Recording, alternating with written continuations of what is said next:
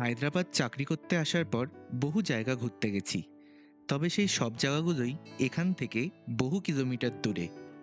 হায়দ্রাবাদের ভেতরে এক দুদিন থেকে ঘুরে দেখার মতো জায়গা খুব কম যাওয়া হয়েছে।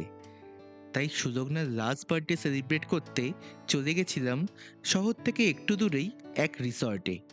তো চলো আর বেশি দেরি না করে আমাদের সাথে ঘুরে দেখো মার্গোসা রিওয়াইল্ড রিসর্ট।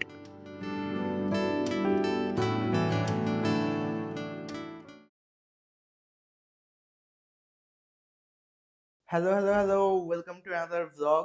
তো এখন হচ্ছে ডিসেম্বর, শীতের সময়। আর আমরা আজকে যাচ্ছি একটা হায়দ্রাবাদের কাছাকাছি রিসর্টে। কালকে সুলগ্নার বার্থডে, তো বার্থডে সেলিব্রেট করতেই যাচ্ছি। আজ আর কালকে থাকবো, মানে আজকে থাকবো আর কালকে চেক আউট করে নেব। তো এই রিসর্টটা হায়দ্রাবাদ থেকে, মানে আমরা যেখানে থাকি সেখান থেকে 40-45 কিলোমিটার। আমরা গাড়ি নিয়েই যাচ্ছি। তো আপাতত গাড়িতে তেল ভরবো, টায়ারে হাওয়াও ভরতে হবে, তারপর আমরা যাব। তো চলো যাওয়া যাক। গত বছর হায়দ্রাবাদে আমরা প্রথমবার বাড়ি পাল্টাই। তার আগে প্রায় ৩ বছর ধরে আমরা এই ফ্ল্যাটটায় ছিলাম। আজকে যখন এই পুরনো ভিডিওগুলো এডিট করতে বসছি, তখন এই জায়গাটার কথা আবার মনে পড়ে গেল। বহু পুরনো স্মৃতি এই জায়গাটার সাথে জড়িয়ে আছে। জার্নি স্টার্ট করার আগে গাড়িতে তেল ভরিয়ে নিলাম।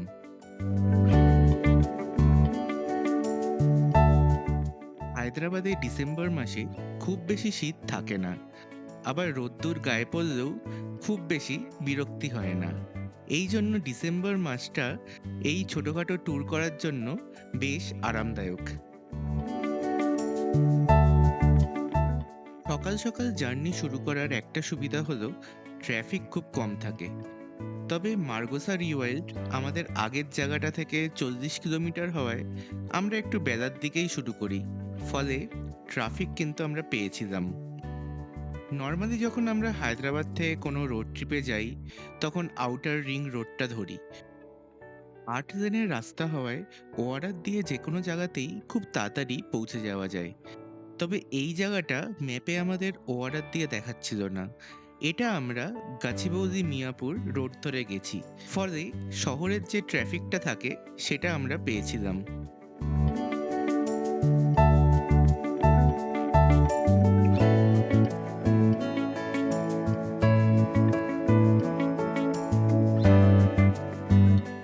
প্রায় ১ ঘন্টা ড্রাইভ করার পর আমরা একটা টি ব্রেক নিই এবং ওই জায়গাটায় দাঁড়িয়ে কিছু ফটো আর ভিডিও তুলে নিই আমরা।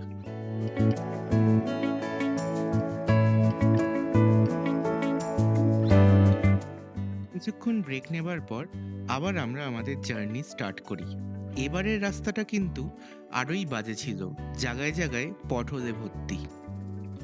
তখন আমি সবে সবে গাড়ি চালানো শিখেছি, তাই মনে একটু ভয়ও ছিল এই রাস্তা দিয়ে চালানোর সময়। এই রিসর্টটা যে মেন রোড থেকে অনেকটা ভেতরে, সেটা যাওয়ার সময় আমরা জানতাম না, আর ম্যাপেও ঠিকঠাক দেখাচ্ছিল না। ফলে রিসর্টটা পৌঁছানোর সময় বেশ অনেকটাই কষ্টে পড়তে হয় আমাদেরকে।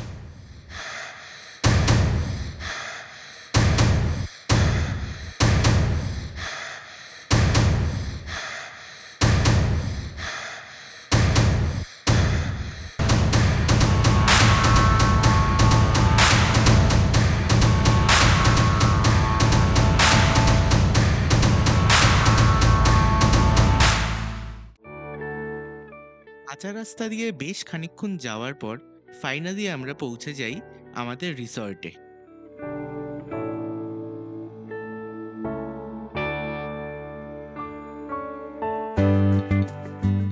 হায়দ্রাবাদে কিন্তু প্রায় প্রত্যেকটা রিসর্টই বেশ অনেকটা জায়গা নিয়ে তৈরি হয়, এবং এই রিসর্টটাও অনেকটা বড় ছিল।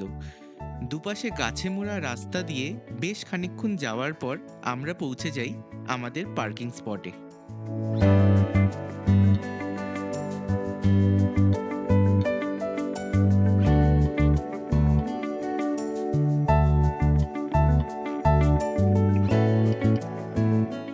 তো ফাইনালি আমরা চলে এসেছি মার্গোসা রিসর্টে। এই হচ্ছে গিয়ে তোমার পার্কিং এরিয়া। এখানে আমার গাড়িটা রেখেছি। বেশ বড়ই পার্কিং এরিয়া। এমনি তো জায়গাটা খুব বড় সড়ই, বাট আসতে গিয়ে রাস্তা খুব বাজে ছিল। তো এখন বাজে 2:30। আমরা ওই 12টার দিকে বেরিয়েছিলাম। গুগল ম্যাপসে দেখাচ্ছিল 1.5 ঘন্টা মতো। বাট এখানে একটা রাস্তা ব্লক ছিল, ওটা ঘুরে মানে প্রথমে তো বুঝছিলাম না কোন রাস্তাটা। তারপর এখানে লোকালদের জিজ্ঞেস করে আসলাম, খুব সরু রাস্তা। তো ওখান দিয়ে আসতে তো অনেক টাইম লাগলো, প্রায় 2.5 ঘন্টা লাগলো। এবার চলো রিসেপশনে যাই, তারপরে চেক ইন করে প্রথমে লাঞ্চটা করে নেব, তারপর বাকি হোটেল ঘুরবো। তো এইটা হচ্ছে গিয়ে রিসেপশন।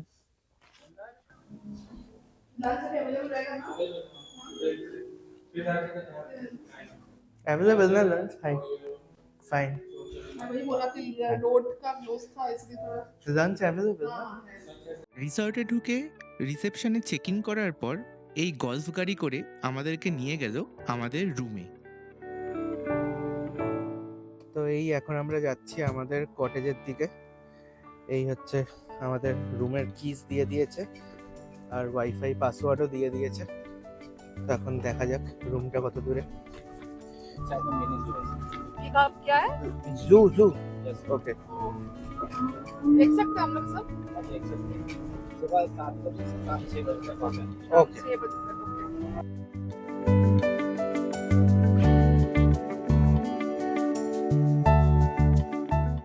গল্ফ কার করে রুমে যেতে বেশ কিছুক্ষণ সময় লাগলো এবং যাওয়ার পথে আশপাশের প্রপার্টিটা ভালো করে আমাদেরকে বুঝিয়ে দিল। ইয়ে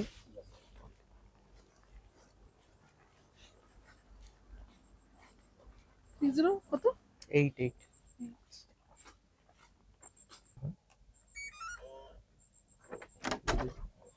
থ্যাংক ইউ। थैंक यू তো এই হচ্ছে কি আমাদের রুম। তো চলো তোমাদের একটা তাড়াতাড়ি রুম ট্যুর দিয়ে নি।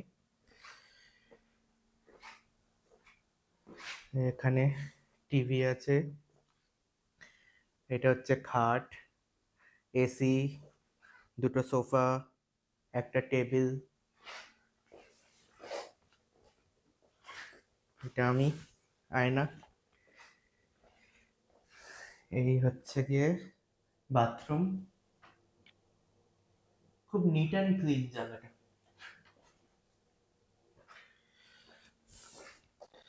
আর এই হচ্ছে গিয়ে মিনি ফ্রিজ। আমরা জিজ্ঞেস করেছিলাম মিনি ফ্রিজ আছে কিনা, কারণ আমরা ওই বার্থডে সেলিব্রেশনের জন্য এখানে একটা ছোট কেক নিয়ে এসেছিলাম, ওটা এখানে রেখে দিয়েছি। আর এই 4টে বোতল দিয়ে গেছে কমপ্লিমেন্টারি, এখানে গরম জল বা চা করে খাওয়ার জিনিস আছে। আর এই জায়গাটা দেখো,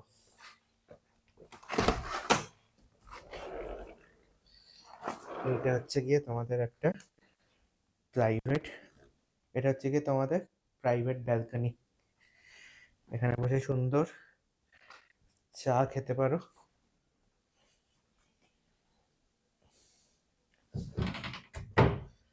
আর এই হচ্ছে গিয়ে রুমের বাইরেটা।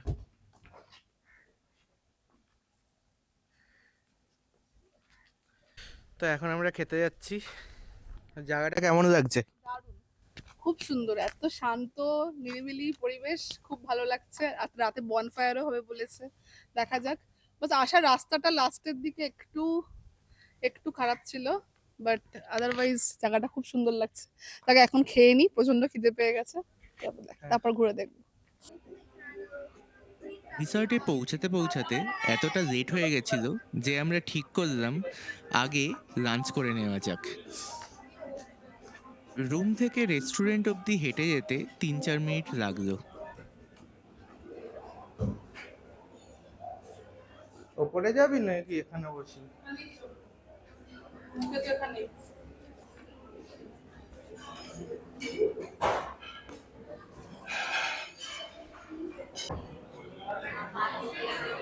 তো এখানে বুফে আলাকার্টে দুটোই সিস্টেম আছে, আমরা এখন দেখছি কোনটা নেব। তো আমরা এখন আলাকার্টেই অর্ডার করলাম। তো রাতে দেখবো যদি বুফে খেতে চাই, কারণ বুফের অপশন দেখলাম সেরকম হাইফাই কিছু না, মানে খুবই কম লিমিটেড অপশন বুফেতে। তো এখন আলাকার্টে খাচ্ছি। খাবার অর্ডার করার পর রেস্টুরেন্টের চারপাশটা ঘুরে দেখতে লাগলাম রেস্টুরেন্টের একদম বাইরেই হচ্ছে গিয়ে সুইমিং পুল। ঠিক করলাম খাওয়া দাওয়া শেষ হয়ে গেলে স্নান করার আগে একটু সুইমিং পুলে ডুব মেরে যাব। স্টার্টার আমরা শুরু করলাম চিকেন 65 দিয়ে। তারপর মেন কোর্সে রাইস আর কড়াই চিকেন নিয়েছিলাম। খাবার মোটামুটি সুস্বাদু হলেও এদের অপশন সত্যিই খুব কম। খাওয়ার পরে রেস্টুরেন্টের ওপরটা গিয়ে একটু দেখলাম এই জায়গাটায় সন্ধেবেলা চা খাওয়ার জন্য তৈরি, এবং এখান থেকেও সুইমিং পুলের একটা ভালো এরিয়াল ভিউ পাওয়া যায়।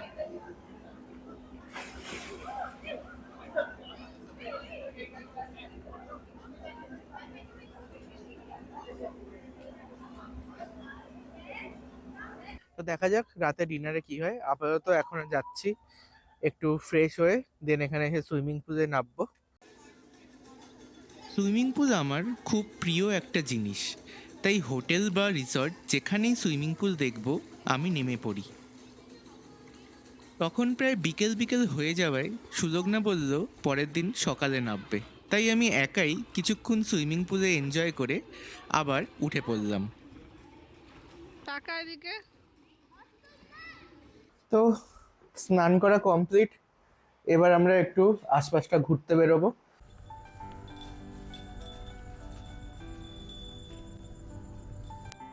এখন বিকেল 5টা বেজে গেছে। আমরা এই হোটেলের প্রপার্টিতেই হাঁটছি। সামনে একটা জু আছে, দেখে ওটা দেখা যায় কিনা। প্রপার্টিটা কিন্তু বিশাল বড় প্রপার্টি আর খুব সুন্দর মেনটেন করা। এই যে এইটা হচ্ছে গিয়ে অ্যানিম্যাল জু, এই দিকটা হচ্ছে গিয়ে জু।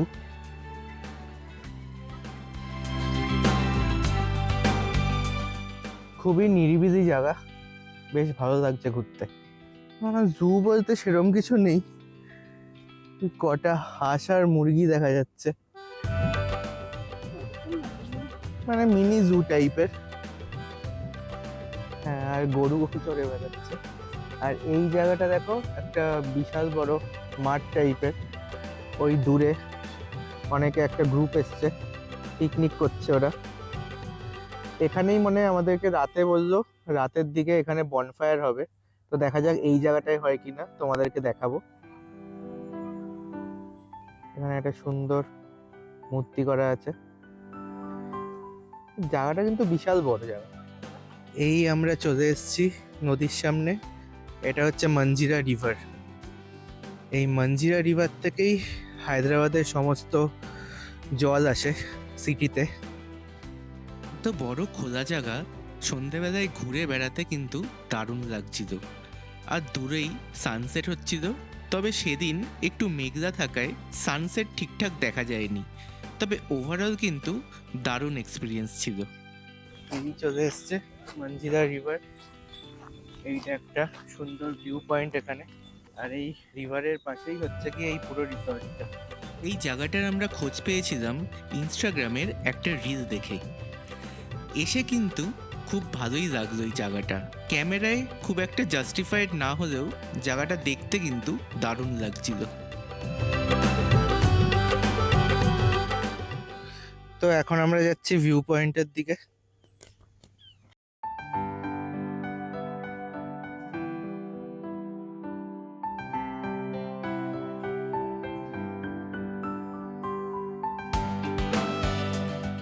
এখানে পরপর 3-4টে ভিউ পয়েন্ট আছে, এবং প্রত্যেকটা ভিউ পয়েন্ট থেকেই এই মঞ্জিরা রিভারের দারুণ ভিউ দেখতে পাওয়া যায়। ওই দূরে সূর্যাস্ত দেখা যাচ্ছে, তবে যা বললাম সেদিন মেঘ থাকায় খুব ভালোভাবে দেখা যায়নি। এখানেই অনেকটা সময় কাটাতে কাটাতে সন্ধে নেমে এলো।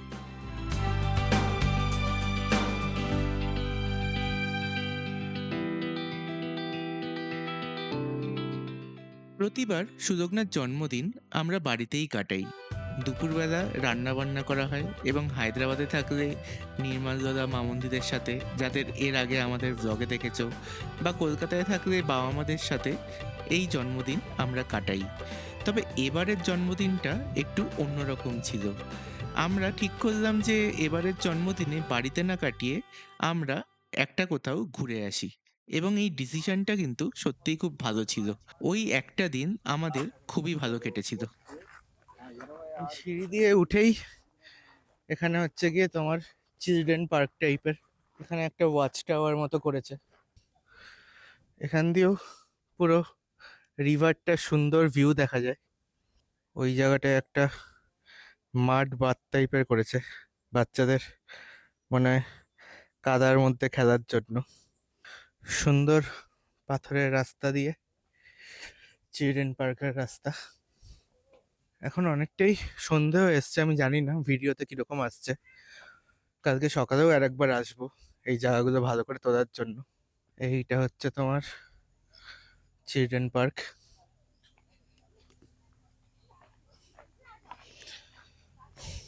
তো ফ্যামিলির সাথে আসার জন্য বা ইভেন বন্ধুরা থাকলে বন্ধুরা মিলেও আসার জন্য বেশ ভালো জায়গা কিন্তু। বাচ্চা থাকলে বাচ্চাদের জন্য অনেক ফেসিলিটি আছে, বন্ধুরা আসে বন্ধুদের জন্য। সুইমিং পুলে তোমরা অনেকক্ষণ টাইম কাটাতে পারবে, এই রিভারের সাইডেও অনেকক্ষণ টাইম কাটাতে পারবে।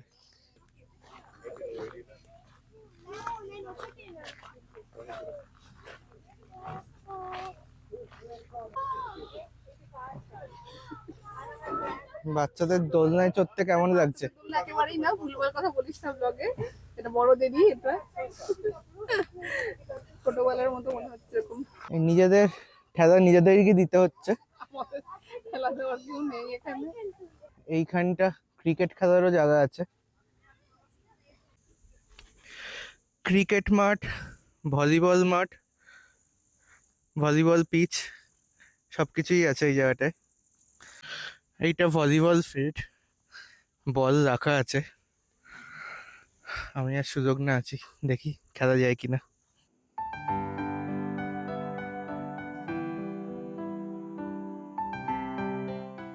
এই এখন আমরা চলে এসেছি চা খেতে। দুপুরবেলা যে তোমাদেরকে দেখিয়েছিলাম ওপরের জায়গাটা, সেই জায়গাটায়। এই জায়গাটায় এখন আর কেউ নেই, আমরাই বসে আছি। এই দেখো, তো এখন বাজছে গিয়ে রাত 9টা। আমরা ডিনার করতে চলে এসেছি। ডিনারে বাফেট অ্যাভেলেবেল না, আলাকাটেই অ্যাভেলেবেল। তো যেহেতু আমরা দুপুরে মাটন অর্ডার করেছিলাম, মাটন অ্যাভেলেবেল ছিল না, তো এখন আবার অর্ডার করলাম মাটন রোগান জোশ। আর নর্মালি তো রোগান জোশ ভাত দিয়েই খাই, বাট রাতে আমরা রুটিই খাই। আর মাটনের অন্য কোনো আইটেমও নেই। আর একটা ল্যাম্বের আইটেম ছিল, ল্যাম্ব আর খাচ্ছি না, এখন মাটনই খাচ্ছি। তো মাটনের সাথে নান নিয়েছি, তো দেখা যাক কীরকম হয়। তারপর এখানে বনফায়ার হচ্ছে, বললো 9:30 থেকে 11 অবধি থাকবে। তো দেখবি আমরা আফটার ডিনার যাবো কীরকম, যদিও খুব আর ঠান্ডা নেই বনফায়ার, মানে অনলি বনফায়ারই হয়, কোনো রকম খাবার অ্যাভেলেবেল না। এই চলে এসছে আমাদের খাবার। একটা বাটার নান করা হয়েছে, একটা নর্মাল নান করা হয়েছে, প্লেন নান। আর এই হচ্ছে মাটন রোগান জোশ। দেখে তো ভালোই মনে হচ্ছে, দেখা যাক কীরকম হয়।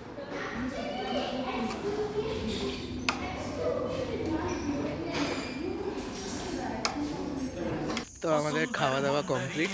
আর রোগান জোশটা ভালোই ছিল, আর মোটামুটি খাবার দাবার ভালোই।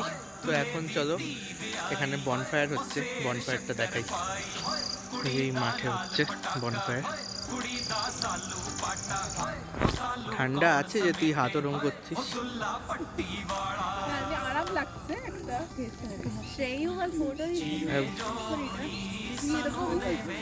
ব্লগের জন্য, ভিডিওর জন্য।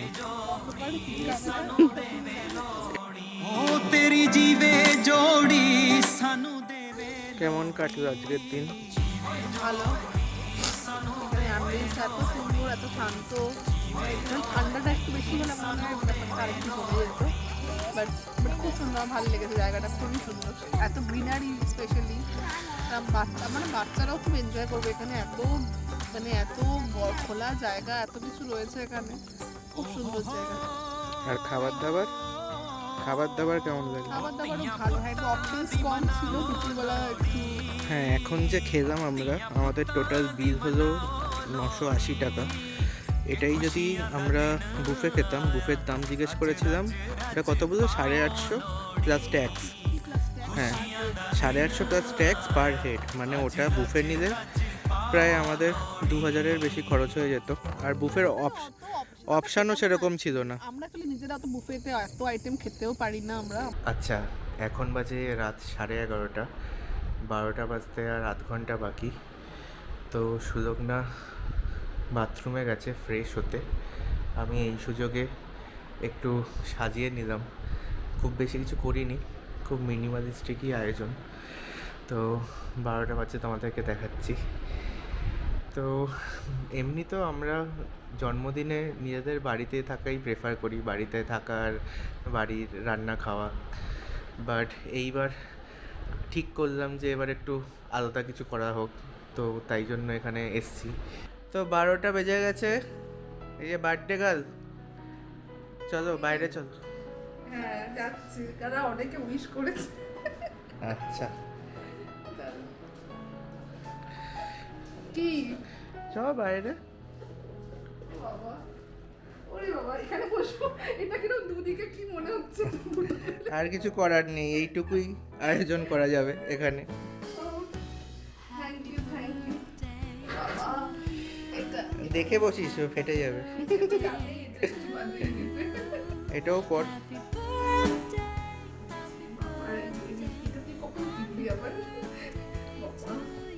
নাও কেক কাটো। Happy birthday to you, happy birthday to you. Good morning.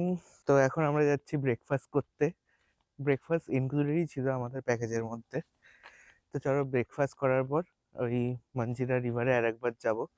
Happy birthday. কেমন লাগছে বার্থডের সকাল? থ্যাংক ইউ, খুব ভালো লাগছে। আজকে ওয়েদারটা অ্যাটলিস্ট খুব ভালো, সানি ওয়েদার আজকে। আর এখন ব্রেকফাস্ট দেখা যাক, বাফেট ব্রেকফাস্টে কি কি আইটেম থাকে। ভালো লাগছে, অন্যরকম জন্মদিন এবারে। তো এই নিয়ে চলে এসেছি আমাদের ব্রেকফাস্ট। তো স্ট্যান্ডার্ড যে কোনো অপশান থাকে সব হোটেলের ব্রেকফাস্ট বাফেটে, সেগুলোই ছিল।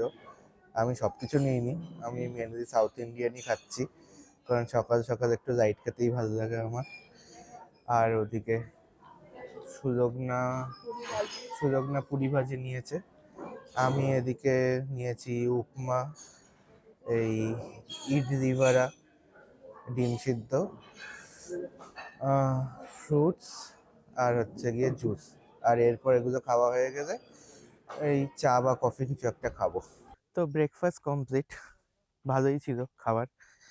এখন যাচ্ছি আবার এই নদীর দিকে, কিন্তু এখন আবার ক্লাউডি ওয়েদার হয়ে গেছে, একটু আগেই রোদ ছিল। এই হচ্ছে রিভার, আবার দেখো ক্লাউডি হয়ে গেছে ওয়েদার। এখানে একটা সেই পুরোনো দিনের মতো গাছের বেদি করা, গাছের তলায়।